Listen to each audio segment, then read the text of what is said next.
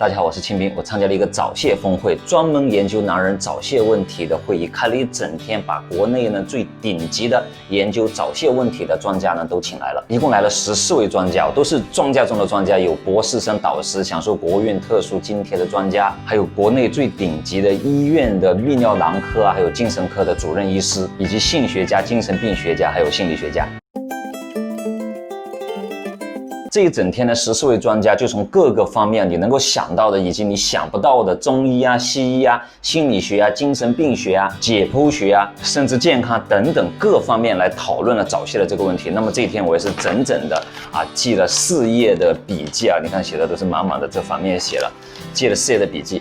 接下来呢，我就把这整天的会议关于男性早泄的所有问题做成一个浓缩的精华的一个版本，用接下来简短的时间呢，全都介绍给大家。首先讲一下什么是早泄。首先呢，早泄到目前为止没有一个得到所有人都认可的、都接受的一个关于时间的这么一个定义不是说1分钟是早泄或者5分钟是早泄。早泄呢，主要取决于我们的意愿。如果您的射精时间专业点叫做射精潜伏期，就是您插入之后呢，到射精的这段时间，如果低于您的预期的话，那就是早泄这是一种定义。比方讲，您想做半个小时，结果5分钟就射了，那么5分钟对您来说就是早泄。如果您只想做5分钟，那5分钟就射了，那么5分钟对您来说呢，就不叫早泄。还有一种定义就是您的射精潜伏期短于跟您发生关系的性伴侣，他对于您射精的这个期待的时间，比方说他希望你做半个小时，结果您只做了20分钟，那么对他来说您就是早泄。如果他只希望呢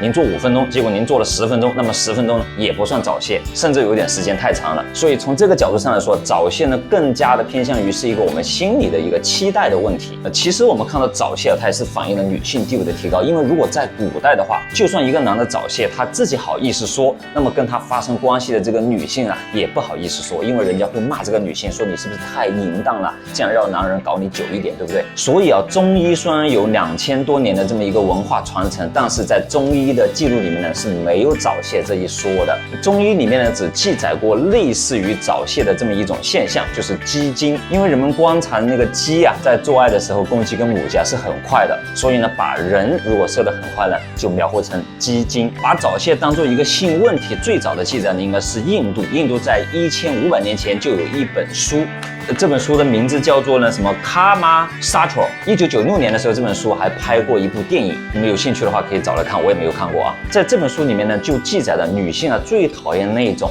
就是还没有让自己达到性高潮就已经射精了不行了的男人。所以古印度文化真的是东方文明的骄傲。现代医学最早把早泄当作一种病呢，是在1941年的时候，也就是70多年前。所以呢，早泄作为一种病它的历史并不是很悠久。到目前为止，关于早泄的学术论文也不过就是1000多篇而已。那么医学上呢，把早泄分为3种，一种是原发型早泄，一种是继发型早泄，还有一种就是情境性的早泄。所谓原发型呢，就是从你第一次做开始就有早泄的问题，然后后面一直有，就是原发型的。还有一种继发型的，就是一开始做呢没有早泄问题，但是因为可能某个事件或者因为遇见某个人，然后呢做呢就开始有这个问题了，继发型的。还有一种呢就是情境型的，就是有的场合有，有的场合没有。比方说憋久了可能就有，或者跟某个人做就有，或者在某个场所做，比如在车上做可能就有在家做就不会有。有调查报告显示呢，越是文化水平比较高的家庭呢，越容易发生早泄，或者说越是文化水平比较高的、生活条件比较优越的女性呢，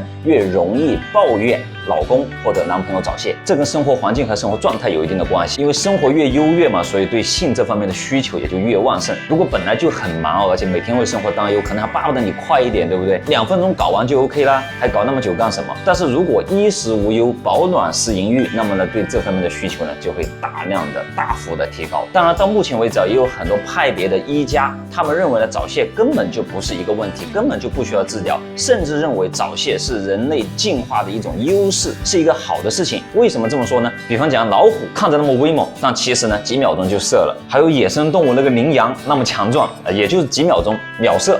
包括我们刚刚说的中医的鸡精，那个鸡啊，追到母鸡追个半天，结果也就几秒钟就射了。这有一个好处，什么样的好处呢？就是用最少的精力来做到最大限度的繁衍后代。你想，你搞1个小时才能生出一个后代，人家搞几秒钟就能生出个后代，谁的效率更高？而且就野生动物而言啊，它也跟安全相关。如果一个羚羊搞半天不射，可能就会被老虎抓住吃了，所以它要射很快啊，马上完事。所以就有人认为早泄其实是进化优良的一种表现，当然这种说法也是有一定的道理。比方讲我的这个 YouTube 的频道啊，它增长的就很慢，而有的频道呢，我看就很快。我有时候一刷 YouTube 看到一个标题啊，4个半月涨了10万粉丝，然后半年涨了多少万粉丝，然后1年涨了100万粉丝，当然是人家快一点好，对不对？你看我半年才涨了300多个粉丝，所以快是让人很高兴的一件事情。还有人比方讲像手机充电啊，一插进去如果就能够秒射秒充满，那手机不知道卖得多好。当然这种观点有它偏颇的地方，首先人不是野生动物，人类文明啊随着发展啊，它也是种进化，它当然要提出新的需求，比方讲对性的享受的这种新的需求。从这个角度上来讲呢，也是社会进化对人体功能进化的一个要求。如果现在还秒射的话，是不是在人体功能上没有赶上时代的进化呢？ OK， 不管各种观念怎么样啊，这些都是废话，对不对？我们自己的感受才是最重要的。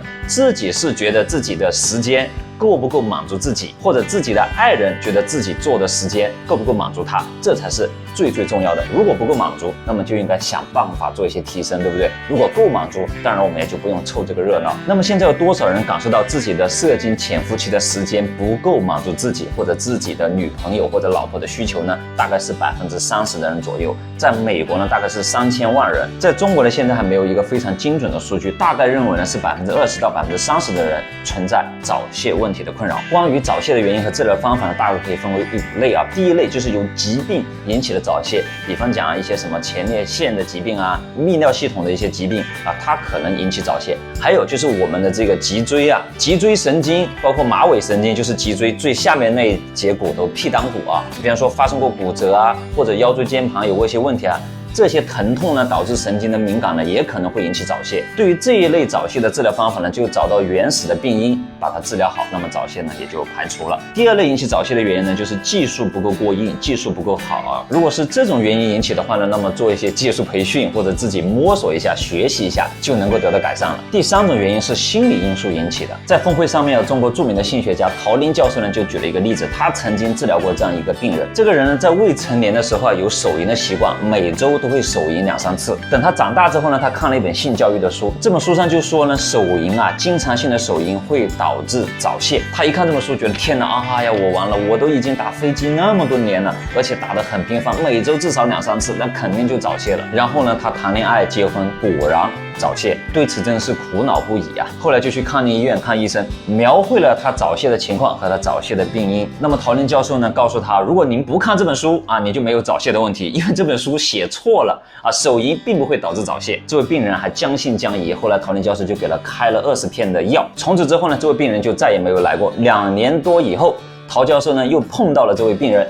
这个病人说，这个药啊真的很灵，他只吃了3片就好了，剩下的17片他到现在还留着，怕万一出现情况的时候再吃。其实会不会出现呢？不会再出现了，因为他本来就不是由生理的原因引起的早泄，它就是心理的。当他知道自己没有这方面的问题，没有早泄的病的时候呢，吃一个药只是起一个心理安慰的作用，然后就逐渐的把自己的心理状态呢给调整过来了。第4种情况就是鸡鸡上面的某一些神经所引起的，比方说鸡鸡上面的某些神经啊，它特别的敏感，所以呢一插进去啊，一接受到刺激就射，甚至有的人用手一摸就射。那么对于这个问题呢，现在有2个治疗方向啊，都是手术啊，一种就是做鸡鸡的整形啊，把它给变大，往里面给填充东西。从逻辑上来说呢，如果鸡鸡的神经过于敏感的话呢，可能是因为它的神经的接触面太少了，这样子呢一摩擦啊，神经敏感就射嘛。如果把它给变大，接触面多一点，它可能产生的敏感呢就会小很多，这样子就更持久。在这方面呢，已经有了很多的成功的案例。还有一种方向就是认为鸡鸡过于敏感呢，是因为它的神经太多了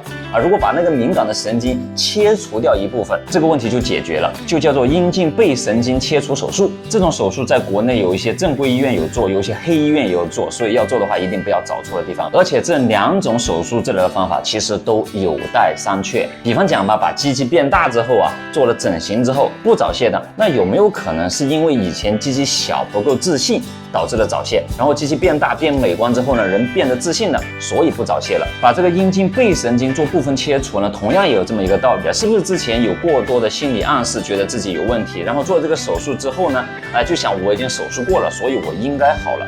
这2种手术呢都有成功和不成功的案例。还有一种比较保守的方法，就是用一些药。鸡鸡不是神经敏感吗？比方说有什么印度神油啊，比方说国内的各种喷涂啊，什么中药啊，什么这类的东西。其实这些药里面呢，最关键包含的一个因素就是辣椒素，让鸡鸡发热，用另外一种感觉来麻痹鸡鸡的受刺激要射的这种感觉。为什么用辣椒素不用别的，不用什么麻药呢？因为用了麻药你就没感觉了嘛，没感觉射都射不出来，对不对？而且就算你射，你也没有快感，所以不能用别的。现在辣椒素呢是运用最广泛的。如果你们买了什么药，你们会看到上面一键写了有什么辣椒素啊或者川椒素之类的成分。但是这种东西到底有没有效，或者对什么人有效？到底是因为这种药真的产生了效果呢，还是它对心理的暗示使人产生了效果呢？现在其实也没有定论。第5种原因是综合性的神经敏感引起的。比方讲，有的人他根本就不用接触女性，他只要听到某个声音，他就会想射，对不对？有这样的情况。或者说，一旦到某个体位，刺激到他某一个视觉的感觉，看到女孩子那个表情或者那个姿势，他就马上就想射。或者有的对皮肤的一个触觉只要他摸上去摸的那种乳房或者某个部位那种软软的，他就会想射。当然也有人他是憋久了，比方说很长时间不做，他就变得特别的敏感一接触到就会想射。所以早泄不仅仅是鸡鸡的一个问题，它是我们整个中枢神经系统的一个问题。要知道射精不是鸡鸡的事情，它是我们大脑发出指令让鸡鸡射精，对不对？如果大脑都已经不行了，鸡鸡它是射不出精来的。我个人是比较认同第5种说法的。比方讲，有的男士他对有些女的就早泄，对有些女的就不早泄。你说这是什么原因呢？他可能是比较喜欢某些女的，那么就跟他做得久一点，或者跟他就更容易射一点，因为太喜欢了，知道吗？看到就想射。同样的道理反过来说也是这样，对某些人呢不早泄，可能也是因为喜欢他，因为想跟他做久一点嘛，可能也是因为讨厌他，因为怎么都射不出来。所以心理因素对我们神经的敏感性起到了一个很大的作用。还有一些就是非心理因素形成的，自然而然在多年的生活经历当中形成的。比方说，他就认为某一种人就是特别性感。你看我们每个人对性感的理解都不一样，对不对？在那种性感面前呢，他就是无法抗拒的。久而久之他的神经就形成了这样一种自然的反应，一碰到这样的情景，一碰到这种美呢，他就特别容易射出来。做今天这个节目，我真的是鼓足了勇气希望大家给我点个赞，订阅我的频道。这是一个聊跟健康相关话题的频道，如果大家喜欢的话呢，也欢迎转发。我们下个视频再见。